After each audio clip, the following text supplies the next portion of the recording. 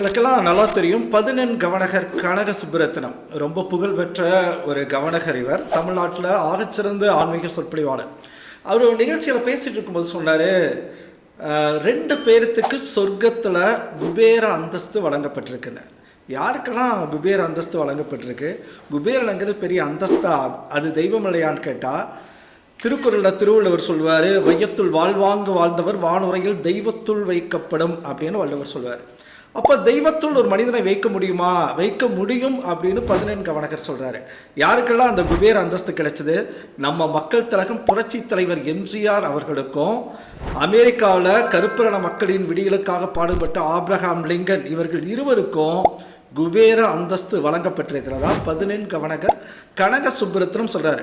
நீங்கள் குபேரனை பணம் வேணும்னு வேண்ட வேண்டிய அவசியம் இல்லை. தன் வாழ்நாள் முழுக்க தான் சம்பாதித்த பணத்தில் ஏழை எளியவர்களுக்கு கொட்டி கொடுத்த புரட்சி தலைவர் எம்ஜிஆரை நீங்கள் மனசார வழங்கினா அது குபேரனை வழங்கியது போல.